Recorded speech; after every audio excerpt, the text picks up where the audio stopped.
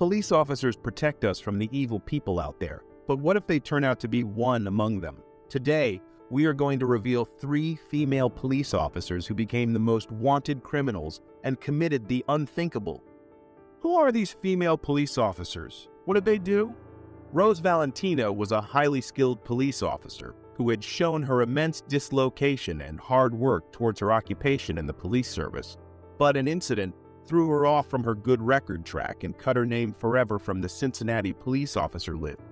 She said she became angry after a teenage student gave her the middle finger when she was over at Western Hills High School. She was a star looked upon by her fellow officers. Her appearance in the TLC reality tube show gained her several fans. She had a positive attitude and was on good terms with most of the people she came across. On April 5, 2022, Rose Valentino was on duty and was driving her police car. She was heading to the district police station to hand over a report when she noticed disturbing traffic caused by many cars parked near Western Hills University High School. She was in the driveway and found it very difficult to drive as these cars were linked up before her as an obstacle. Even though she was in no hurry, she became very furious and switched on her sirens and light. The people who were in the cars were the parents of the students studying in the high school. They all came to pick up their children after school hours. Rose Valentino was aware of the situation, but she couldn't control her anger. She started being verbally angry and demanding they move their cars. Her window was down and she started yelling at the people to move their cars and provide her with a way out. A black male student was fossa pointed with the furious behaviors of Rose Valentino Demguille. He put up his middle finger. This was spotted by those, and she became even more furious. She reached a stage where she was no longer in control of her emotion. She started verbally abusing the boy by speaking mean words. She then started shouting the N-word, and this was heard by the crowd. Her frustration was due to the long lines of traffic and the ignorance shown by the people who did not move their cars.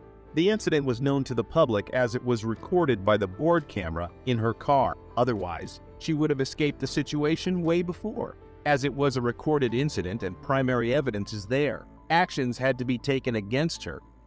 The white police officer uses racial slurs against a high school student. This was the heading that covered all the newspapers and media. Rose Valentino was the one who claimed that the student showed her the middle finger. She has no evidence to prove her claim. Her board camera only recorded her racial slurs and aggressive behaviors. The student was not even visible in the board camera.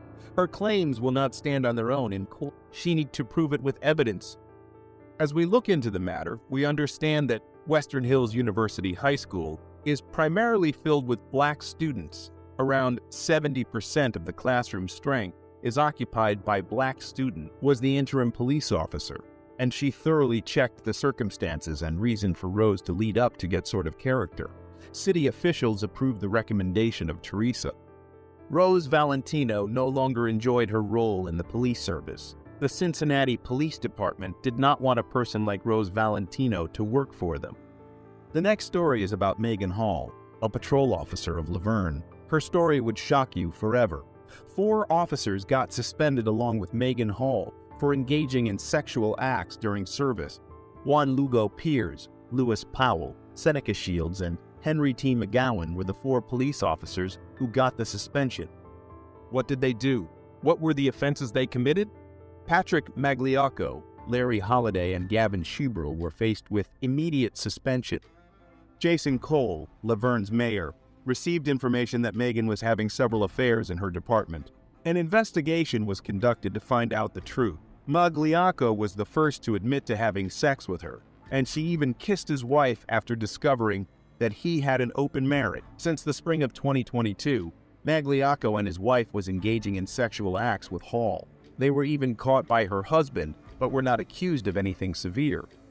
Powell was married when he had oral sex with Megan while on duty. He came to know that Hall had multiple partners, and this led him to confess his doings to his wife and come clean before her. Seneca Shields was the difficult one among these police officers, as he denied having any kind of sexual relation with Hall. When investigated further, he revealed that they were engaged in oral sex at the department's gym. They did these acts while being on duty.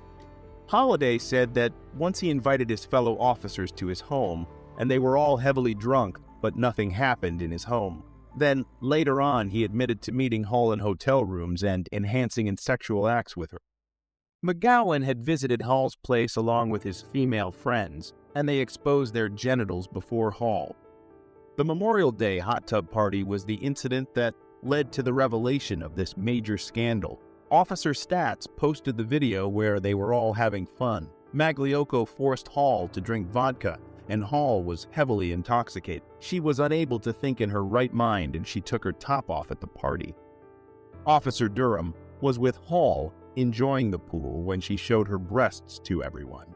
Stats tried to cover her up and protect her from future embarrassment. As the investigation went deeper, Hall was asked about all these accusations. She denied every one of them and said that she did not have any kind of sexual relations with the men in her department. She said that she had a relationship with Holliday. Apart from that, she did not have any kind of malicious relationships. She revealed that she had sent revealing images to the officers. She admits that she had a sexual relationship with Powell and Perez. Lugo was in denial that he had any kind of relationship with Hall. At the end of the investigation, the scandal was sealed by firing Hall, Lugo, Powell, Shields, and McGowan. Holliday, Magliocco, and Achieved were faced with a suspension due to their relationship with Hall. 26 February 1996 was the day this brutal murder happened. The daughter of Dr. Nels Rasmussen was murdered in Los Angeles. Before being murdered, Sherry felt stalked for a long time, and she informed her father about her concerns about being stalked. Stephanie J. Lazarus was the person who stalked Sherry. Sherry's father was desperately trying to bring out her murderer before the court, but police tried to close the case by putting it under the category of robbery. Many said that the police tried to cover up the murder and redirect it as they didn't want to lose one of their own. Why would Stephanie murder Sherry? What was the motive? Well, it's a love triangle. John, the husband of Sherry, was in love with Stephanie before he got married to Sherry. Stephanie was head over heels in love with John, but they could not get married to each other. They were in ULA together and celebrated their love for each other with the batch of '92, but their on and off relationship did not survive much. John met Sherry shortly after he ended things with Stephanie. Sherry was working at the Glendale Adventist Medical Center and was a sweetheart. He soon fell for her and asked her hands for marriage. Stephanie thought he lost John forever, but John decided to hook up with her for one last time. They had a secret relationship and no one knew about it. John later on ended things as soon as he got officially married in 1996, but Stephanie became emotionally locked in. Stephanie took her gun and shot Sherry to death in her house. John and left the place. The police officers couldn't find the murderer, but later on, they found out after 23 years through DNA tests. Do you think Stephanie killed Sherry? Is jealousy strong enough to kill a human being? Let us know in the comments. That's before. Stay! Hey! Stop the car! Get the car! November 2022, Deputy Michael Noel of the Los Angeles County Sheriff's Office spotted a driver who was allegedly following his patrol vehicle too closely. Deputy Noel pulled and stopped the car and engaged him in an angry exchange, responding arrogantly despite the driver's compliance and courtesy. The driver handed up his license but took some time to locate his registration and evidence of insurance. Meanwhile, another pickup truck operated by Kenneth Espinoza, the driver's father, was parked behind Deputy Noel's car. Mr. Espinoza was only waiting for his son to arrive so they could continue to a repair shop.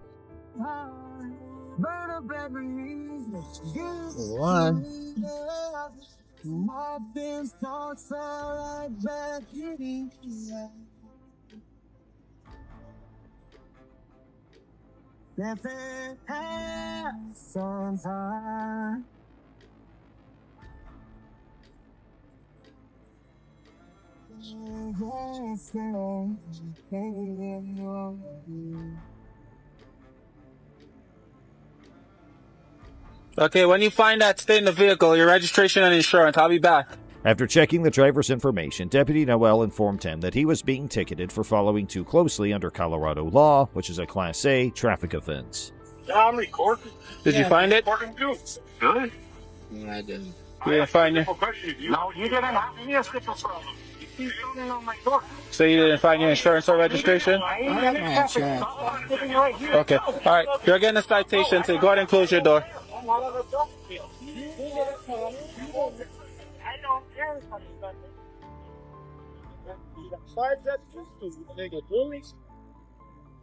No.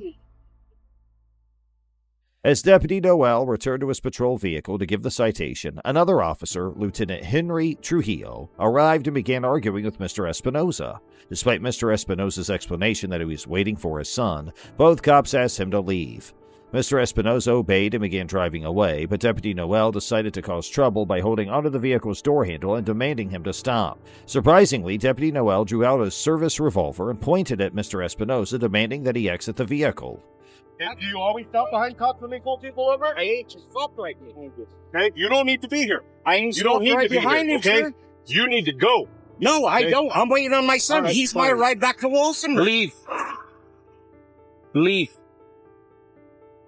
That's before. You can stay. Hey, stop the car. Get out the car. Get out the car. Get out the car. What are you gonna do? You gonna SD4, give me the radio. get out the car. Get out the car. Get out the fuck car. Get out the car. Get out the car. Get out the car. Get out the car. Lieutenant Trujillo also used his taser on Mr. Espinoza while questioning the cops about their behavior. Hey, now get out the car. Get out of the car. Yeah. He physically restrained Mr. Espinoza by yanking on his arm, preventing him from opening the door. Don't pull away from me. I'm not. You're gonna get lit up. I'm not. Okay, you're gonna get lit up. Breaking my arm, man. Hold on, I'm gonna get out. Despite his lack of resistance, Deputy Noel tased Mr. Espinoza many times. Lieutenant Trujillo then handcuffed, manhandled, and tased in the face and threw Mr. Espinoza into a police van where the door crashed into his leg. Get in the car. Now. Damn, I'm fucking. Now. I'm fucking. Get in the car. No. This is ridiculous. Happy force. Take it apart. God damn, I don't see it. Happy force. The fuck goes.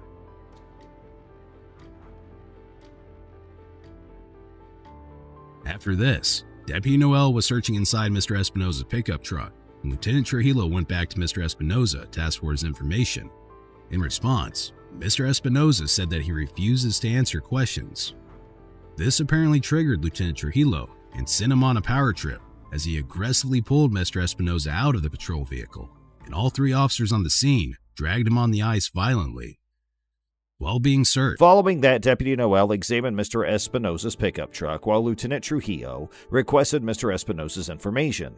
When Mr. Espinoza refused to answer questions, Lieutenant Trujillo roughly took him out of the patrol vehicle, and all three officers dragged him violently onto the ice while searching him. Mr. Espinoza complained about having taser pins placed into his lip, causing visible damage to his mouth.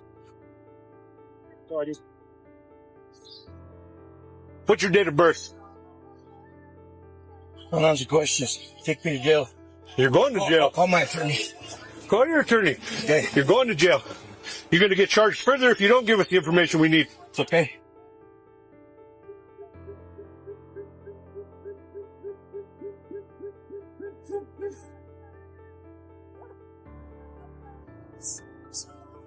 Where's your ID? You have your wallet on you? Don't do that, man. I'm going to get you out. I'm going to pass search you. Now get out. I got my wallet. Get out now.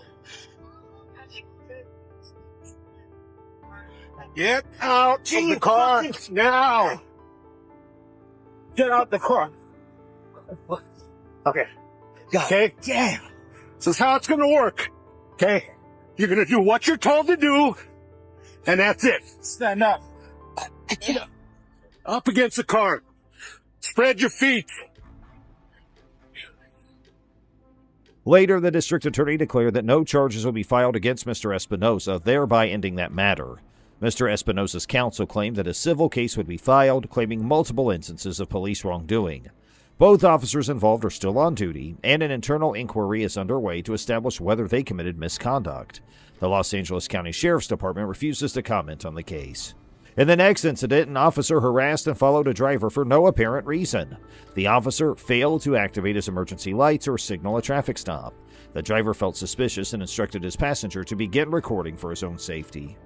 That way everybody can see. So, I went to the gas station because I had to go get a couple things. I've been using my turn signals. Plus, I've been doing the speed limit.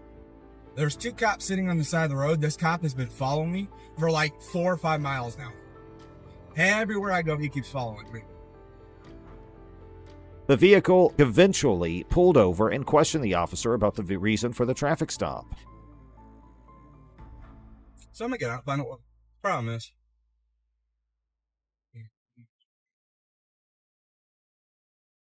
So he turned his lights on as soon as we pulled up here. After a brief silence, the officer stated that he would explain after the motorist identified himself.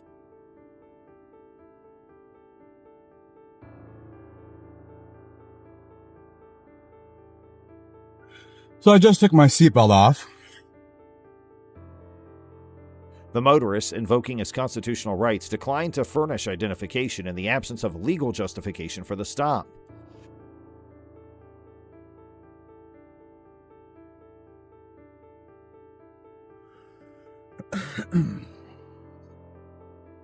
Evening, sir. Deputy Rouse of the Sheriff's Office. How you doing? You got your license, registration, proof of insurance for you tonight? What's the nature of the stop? As soon as I know who you are, I'll be happy to explain that. Is this Nazi Germany? Do I gotta provide papers before you tell me why? Well, if I don't know who I'm talking to, in case you run off or flee, I'd like to know who I'm talking to. So if you don't mind providing your identification, I'd be happy to go forward with you. Recognizing the driver's awareness of the law, the officer made up a fake justification for the stop, stating the vehicle lacked a front bumper. The driver, however, swiftly refuted this assertion, and the officer eventually recognized that the driver had done nothing illegal. I don't think Nazi Germany exists anymore. Exactly my point. You do realize in order to get ID from somebody, you have to have a reason and articulate that reason for the stop, right? I'm well aware of how it works. Well, you do realize I'm a constitutionalist, so I know that.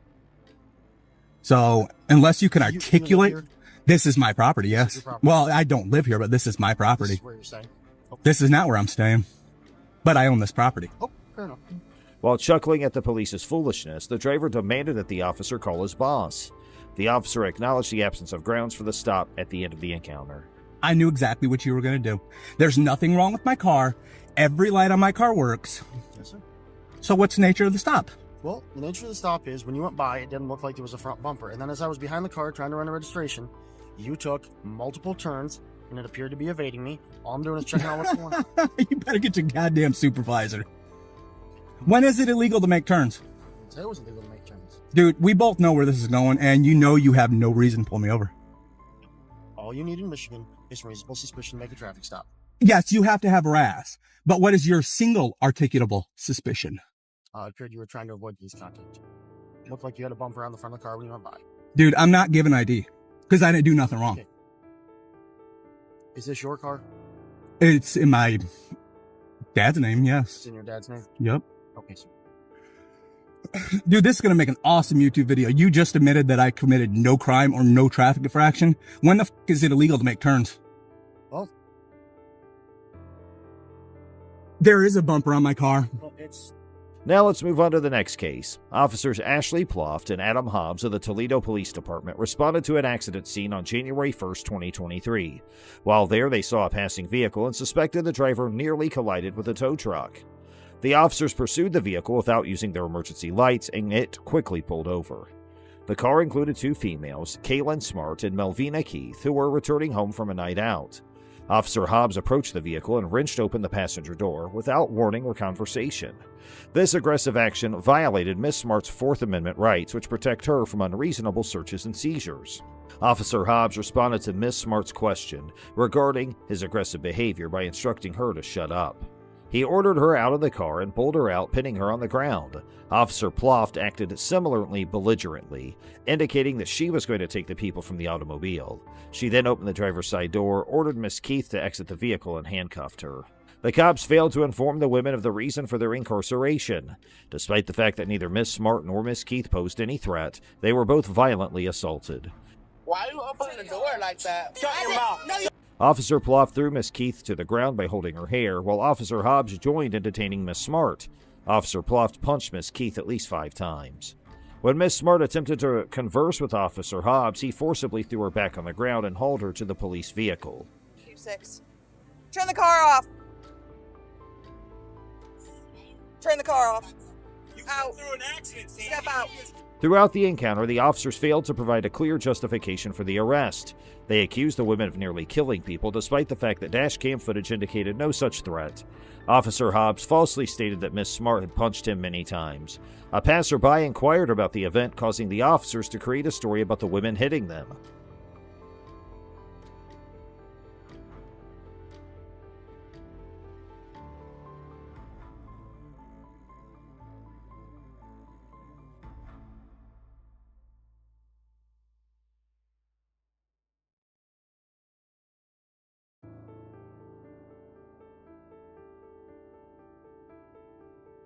On the floor. Let go of my hand. You're broke. On my mother. Guess what? This has no fight. Officer Hobbs even claimed the women had smashed into a tow truck, contradicting his first account of a near miss. Oh, I'm too lit for this. Peter, bruise my face up, smash me into the room. Is this nigga okay? It's how is he allowed to be working? This shit is crazy. And you smashed my head against the car. Miss Smart and Miss Keith were escorted to the Lucas County Correction Center, where Officer Hobbs and Officer Plouffe were seen laughing and joking before escorting them inside. Damn, you just killed people. Was banging my head against the car. Yeah, it sure the f was. Because you have no idea. Because you had my hand. I don't know where my handcuff keys are. My right pocket. Hey. Post the most abuse. The women were charged with various offenses, but not with assaulting an officer. Officer Hobbs attempted to explain his use of force by claiming he utilized joint manipulation and strikes to gain control of Miss Smart.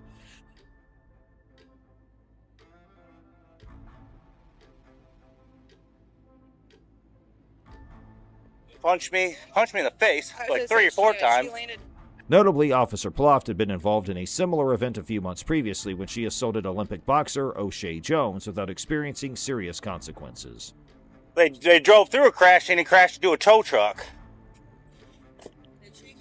It looked like it. I mean, there's a scrape on the side. There's scrapes on both sides, though, so I don't know. Those are keys, I did not the car. No, the car's not still. Yeah.